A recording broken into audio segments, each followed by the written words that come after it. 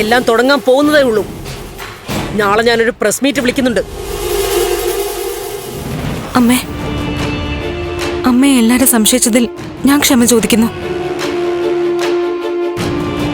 അമ്മയോടായി ക്ഷമ ചോദിച്ചിട്ട് കാര്യമല്ല. പത്രസമ്മേളനം നടത്തി മാപ്പ് പറയണം. നാട്ടുകാരറിയണം. അമ്മയ്ക്കും പാർട്ടിക്കും ഉണ്ടായ ചീത്തപ്പേര് നാട് മുഴുവൻ അറിയിച്ചു. മാപ്പ് പറയുന്നത് വീട്ടിനകത്ത് നേരിട്ട്. അത് വേണ്ട. മതി ചേച്ചി, കുറെ നേരമായാലും ബഹളം വയ്ക്കുന്നു. അത് ശരി, ഇപ്പൊ കുറ്റം മുഴുവൻ അവൾക്കായോ? ഒന്ന് നിർത്തുന്നുണ്ടോ? എന്തായാലും യഥാർത്ഥ സംഭവം മീഡിയയിൽ വന്നല്ലോ. താനോ തന്റെ പാർട്ടിയോ അല്ല ഇതിന്റെ പിറകിലെന്ന് നാട്ടുകാരറിയുകയും ചെയ്തു. ഞങ്ങളുടെ പാർട്ടിയിലെ ഒരു വിവരദോഷി കാരണം ഞങ്ങൾക്ക് ഡാമേജ് സംഭവിച്ചത്. എല്ലാവരും അറിഞ്ഞു. ഇനിയൊന്ന് നിർത്ത്, അപേക്ഷയാ. ഇത് ഇവിടം കൊണ്ടൊന്നും അവസാനിക്കില്ല സിദ്ധു. ഇത് വ്യക്തമായ രാഷ്ട്രീയ കളിയാ. കുടുംബ പ്രശ്നമാക്കി മാറ്റാൻ ഞാൻ ഉദ്ദേശിക്കുന്നില്ല. അമ്മയ്ക്കും അച്ഛനും ഇത് രാഷ്ട്രീയ പ്രശ്നമായിരിക്കും. എനിക്കിത് കുടുംബ പ്രശ്നമാണ്. അമ്മയെ ഒറ്റപ്പെടുത്താൻ ഞാൻ സമ്മതിക്കില്ല.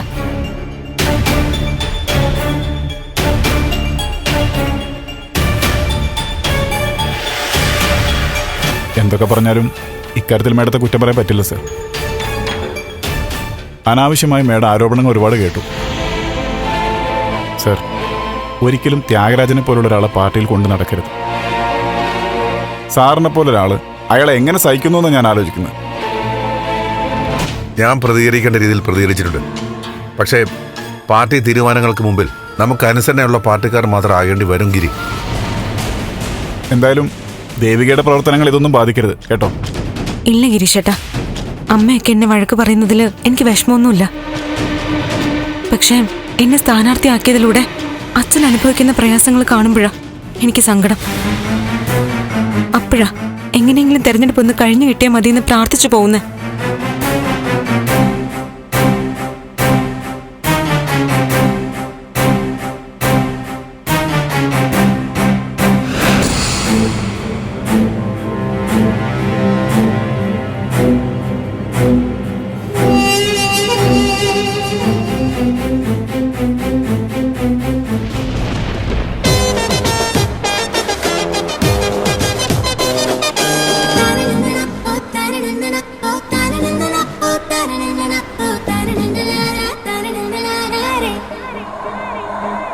കാലമൊന്നു കാലാൽ തട്ടിവിട്ട കേളിപ്പന്ത് പോലെ വാനിൽ പൊന്തി വന്നു സൂര്യൻ. മേഘമെന്ന ജാലം മേലെ വന്ന് വീഴുന്നു. തുടി പോലുയർന്നു കേട്ടു ഇടനെഞ്ചിലുള്ള താളം. വിജയികൾ ഇവരുടെ വരുതിയിൽ വരുമിനി ഭൂമി എന്ന ഗോളം. കാലമൊന്നു കാലാൽ തട്ടിവിട്ട കേളിപ്പന്ത് പോലെ വാനിൽ പൊന്തി വന്നു സൂര്യൻ. മേഘമെന്ന ജാലം മേലെ വന്ന് വീഴുന്നേ. തിരകളായി ഉയരണം, പഴുതുകൾ വഴിപട പൊരുതണം. ചുവടുകൾ പിഴയാതൊരു പുതുലഹരിയുമാ. അവസരം ഒരു കുറി, കളയരുതതിലൊരു ചെറുതരി. ചടുലത വേണം എതിരിനു തടയിടുവാൻ.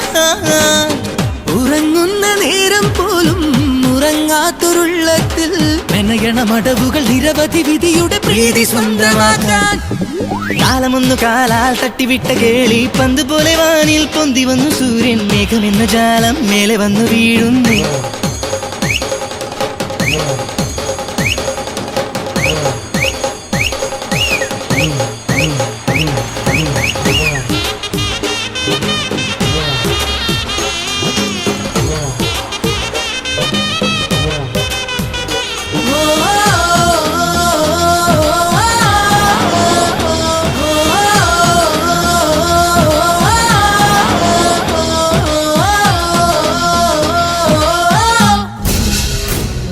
മാഡം, ത്യാഗരാജൻ മാഡത്തിനോട് എന്തൊക്കെയാണ് പറഞ്ഞു പിടിപ്പിച്ചിരിക്കുന്നതെന്ന് അറിയില്ല.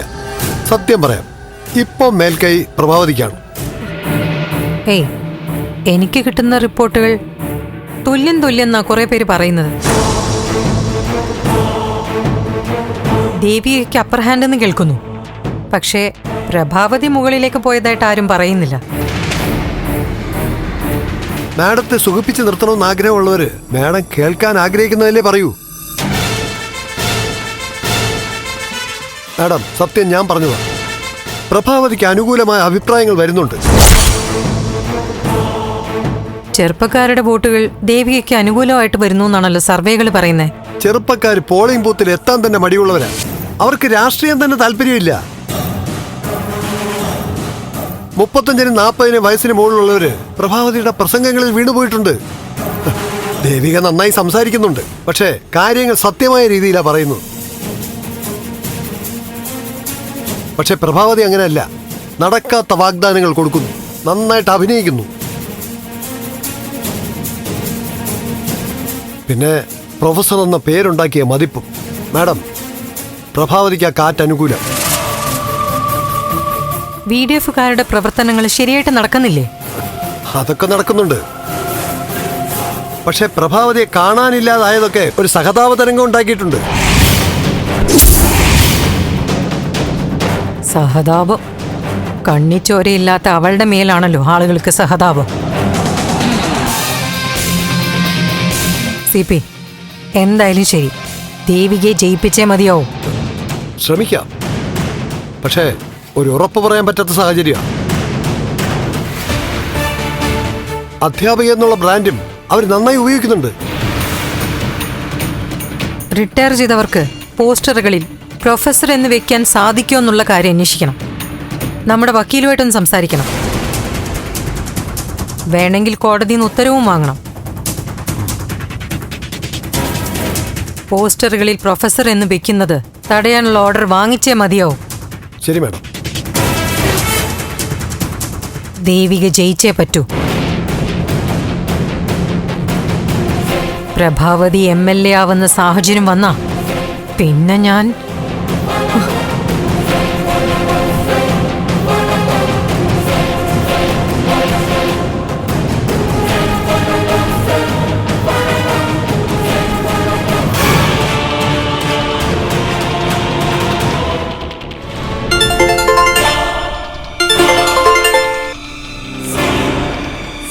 ഹലോ.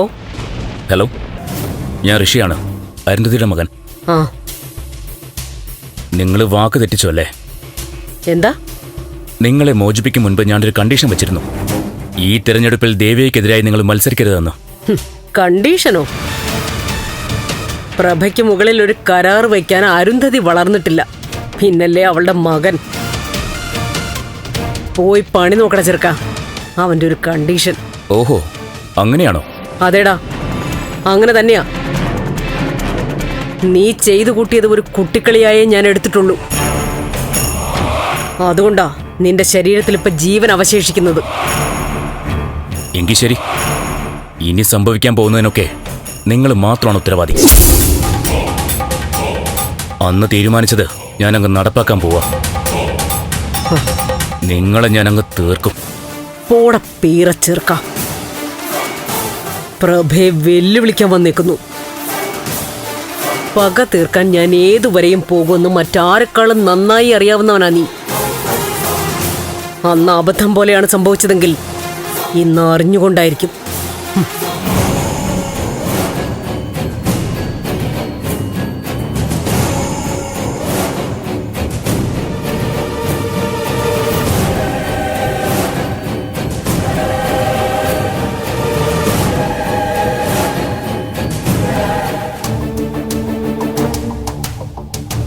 ആന്റി, ശാരികയുടെ കാര്യത്തിൽ നടന്നതൊക്കെ ആന്റി അമ്മയോട് പറയണം. ഒക്കെ ത്യാഗരാജന്റെ വളഞ്ഞ ബുദ്ധിയാ. ഇതിൽ രാഷ്ട്രീയം കലർത്തണ്ട. നന്ദുമോനെ, ചന്ദ്രോത്ത് കുടുംബം സന്തോഷത്തോടെ ഇരിക്കണം തന്നെ എന്റെ ആഗ്രഹം. പക്ഷേ ഇനി ഓരോരോ കാര്യങ്ങൾ വരുമ്പോ ഇടയിൽ നിന്ന് പാലാകാൻ വയ്യ. അതുമല്ല, സത്യം ഏത് കള്ള ഏതെന്നും അറിയാനും വയ്യ. നന്ദമോൻ പറയണത് ഞാൻ വിശ്വസിക്കാം. പക്ഷെ പ്രഭകുഞ്ഞിനെയും കൂടെ വിശ്വസിപ്പിക്കാൻ വയ്യ.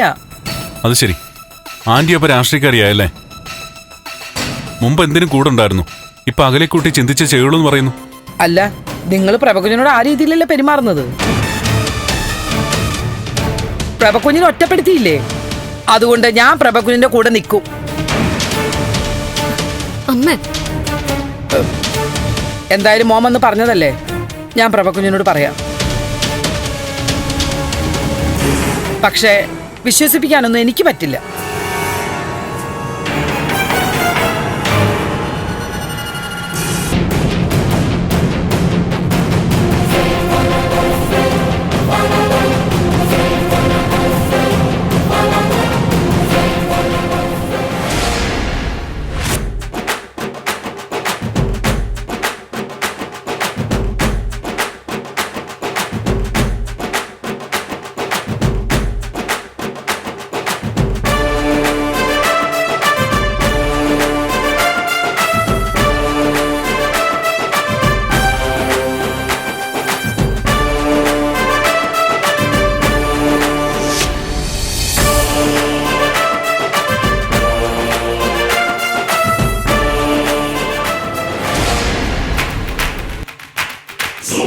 നീ കാര്യം പറയലിയ. അന്ന് ആ പ്രഭാവതിയെ വിട്ടയക്കുന്നതിന് മുൻപ് ഒരു വാക്ക് വാങ്ങിയിരുന്നു. തെരഞ്ഞെടുപ്പിൽ ദേവികയ്ക്കെതിരെ അവര് മത്സരിക്കില്ലെന്ന്. പക്ഷെ അവര് കരാറ് പാലിച്ചില്ല. നീ പറടാ, എന്തിനും ഞങ്ങൾ കൂടെ ഉണ്ട്. ഞാൻ അവരെ ഫോൺ ചെയ്തപ്പോ എന്നെ വല്ലാതെ അവഹേളിച്ചാ അവര് സംസാരിച്ചത്. ഒന്നല്ല, 2 കണക്കുകളാ എനിക്ക് അവരോട് തീർക്കാനുള്ളത്. ഒന്ന് ദേവികയ്ക്കെതിരെ മത്സരിക്കുന്നത്. എന്നെ ജീവിതത്തിലേക്ക് കൊണ്ടുവന്നത് ദേവിക. പിന്നെ 2ാമത്തെ കണക്ക്. തൽക്കാലം അതെന്റെ മനസ്സിൽ തന്നെ ഇരിക്കട്ടെ. അപ്പൊ നിന്റെ തീരുമാനം എന്താ? പ്രഭാവതിയെ തീർക്കുക.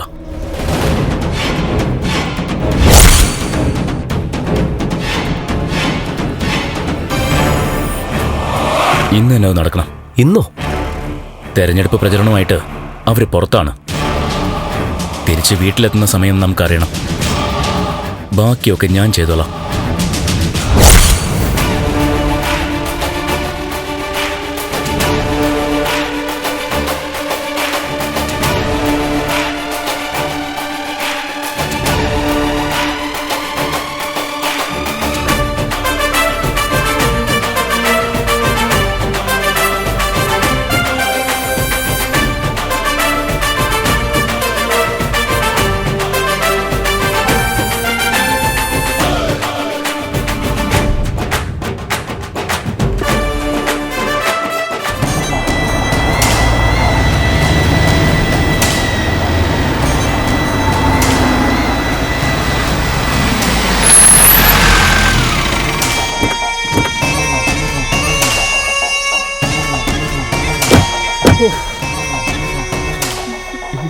ആ അമ്മേ, എങ്ങനെ ഉണ്ടായിരുന്നു? പ്ലാൻ ചെയ്ത ഏരിയയെല്ലാം കവർ ചെയ്തോ?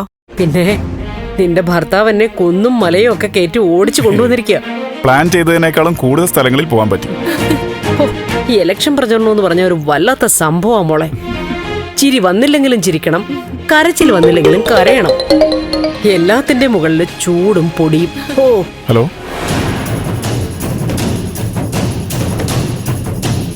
ആണോ? ആ ശരി ശരി, ഞാൻ സ്ഥാനാർത്ഥിയും കൂട്ടി വരാം. മേഡം, നമുക്ക് KK ലൈൻ വരെ ഒന്ന് പോകണം.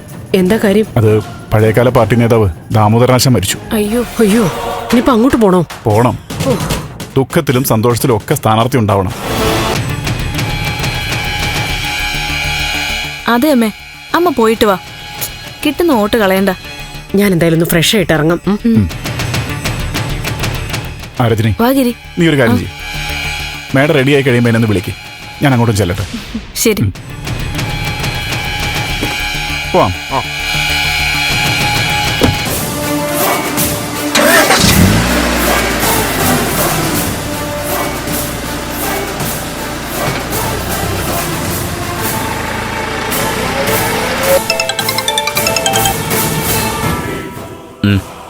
പറടാ. ഹലോ ഋഷി, പ്രഭാവതി തിരിച്ചെത്തിയിട്ടുണ്ട്. വീട്ടിലേക്ക് കയറിപ്പോയി. അവരൊറ്റയ്ക്കാണോ അതോ കൂടെ ആരെങ്കിലും ഉണ്ടോ? കൂടെ ഉണ്ടായിരുന്നവർ പുറത്തേക്കാ പോയത്. അവര് സംസാരിച്ചൊന്നും ഞാൻ കേട്ടില്ല. അതെന്തെങ്കിലും സംസാരിക്കട്ടെ. എന്നാ നീ വയ്ക്കോ, ഇനി ഞാൻ നോക്കിക്കോളാം. ആ ശരി.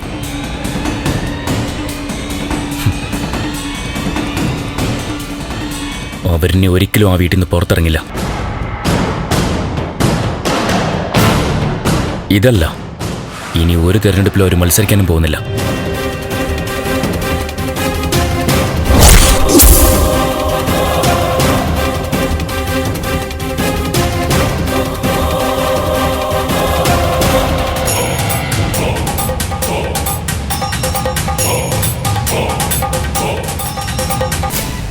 എന്തായാലും അച്ഛൻ വരുമ്പോൾ ഒന്ന് വിളിച്ചാൽ മതി. ഞാൻ ഇവിടെ അടുത്ത് തന്നെ പാർട്ടി ഓഫീസിലുണ്ട്. ഓ ശരി, അങ്ങനെ ആയിക്കോട്ടെ. അച്ഛാ, ഈ ഫാദറിനെ കണ്ട അദ്ദേഹവുമായിട്ട് ബന്ധപ്പെട്ട വോട്ട് കിട്ടുന്ന ഉറപ്പാണോ? ഇതൊക്കെ ഒരു വിശ്വാസമല്ലേ? നമ്മുടെ പ്രസ്ഥാനത്തിൻ്റെ ആശയം ഉൾക്കൊള്ളാൻ പറ്റുന്ന പ്രധാന ആളുകളോട് വോട്ട് അഭ്യർത്ഥിക്കുന്നു. അത് വോട്ട് കച്ചവടമൊന്നുമല്ല. ഇങ്ങനെ വോട്ട് ചെയ്യുന്നതിന് പകരമായി നമ്മൾ അങ്ങനെ ഒരു വാക്ക് കൊടുക്കുന്നുമില്ല. നമ്മൾ വാക്ക് കൊടുത്തില്ലെങ്കിലും അവർ പ്രതീക്ഷയില്ല. അവർക്ക് അർഹതപ്പെട്ടാണെങ്കിൽ തീർച്ചയായും നിറവേറ്റി കൊടുക്കുമല്ലോ. പറഞ്ഞില്ലേ, ഇത് ഒത്തുതീർപ്പ് രാഷ്ട്രീയമൊന്നുമല്ല. ചില ബന്ധങ്ങൾ വെച്ച് വോട്ട് അഭ്യർത്ഥിക്കൂ, അത്രേ ഉള്ളൂ. സാറേ, മീറ്റിംഗ് തുടങ്ങാറായി. സാറിന് അന്വേഷിക്കുന്നുണ്ട്. ഞാനൊരു മീറ്റിംഗിൽ പങ്കെടുത്തിട്ട് വരാം. ആ ശരി അച്ഛാ. അച്ഛൻ ഇറങ്ങുമ്പോൾ വിളിച്ചാൽ മതി. എൻ്റെ ഒരു ഫ്രണ്ട് ഇവിടെ ഉണ്ട്, ഞാൻ അവനെ കണ്ടിട്ട് വരാം. ആ ശരി, വാ.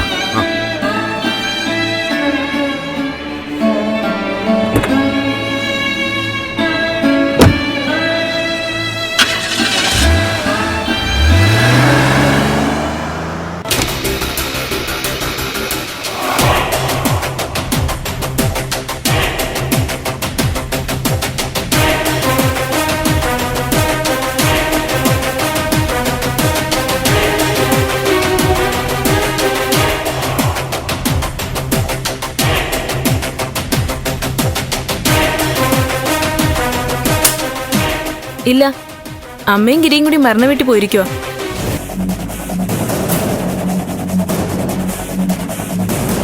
അച്ഛനോ? ഇല്ല, ഇവിടെ ഞാനും ദേവിക്കും മാത്രമേ ഉള്ളൂ. TV പ്രോഗ്രാമിന്റെ കാര്യം അത് അമ്മയോട് തന്നെ ചോദിക്കണം. ശരി, വിളിച്ചാൽ മതി. ആരുണ്ടല്ലോ.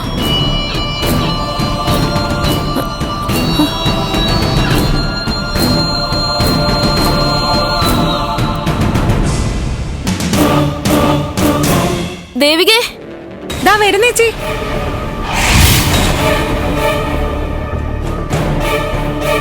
എന്താ ചേച്ചി? നമ്മുടെ വീട്ടിലാരോ കേറിയിട്ടുണ്ട്. ആര് കയറിയെന്ന്? ആരോ അകത്ത് കേറിയിട്ടുണ്ട്. എനിക്ക് ഉറപ്പാ. ഒരാൾ ഓടിപ്പോന്ന് ഞാൻ കണ്ടു.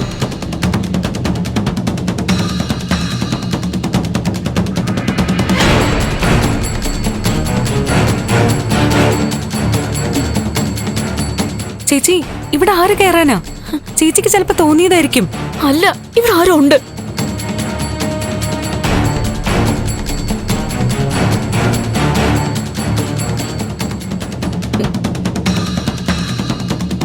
ഇനി മുകളിലോട്ട് എങ്ങനെ പോയിട്ടുണ്ടാവോ? ഇല്ല ചേച്ചി, ഞാനിപ്പോ അവിടെ നിന്നല്ലേ ഇങ്ങോട്ട് വന്നേ. ഇവിടെ ആരോ ഉണ്ട് ദേവിയെ.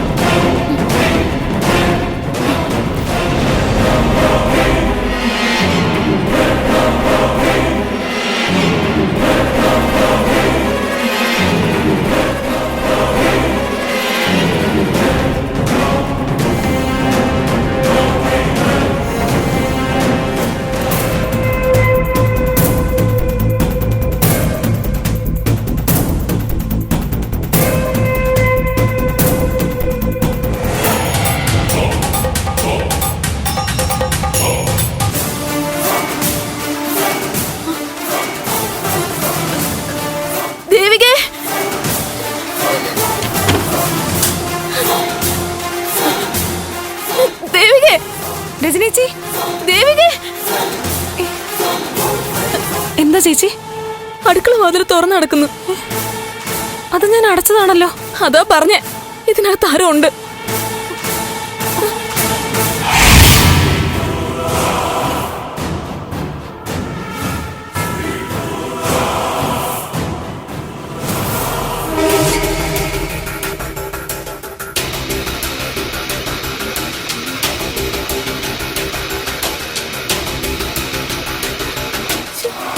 അച്ഛൻ എടുക്കുന്നില്ല. നമുക്കൊരു കാര്യം ചെയ്യാം, പുറത്തുനിന്ന് ആൾക്കാരെ വിളിച്ചു കൂട്ടാം.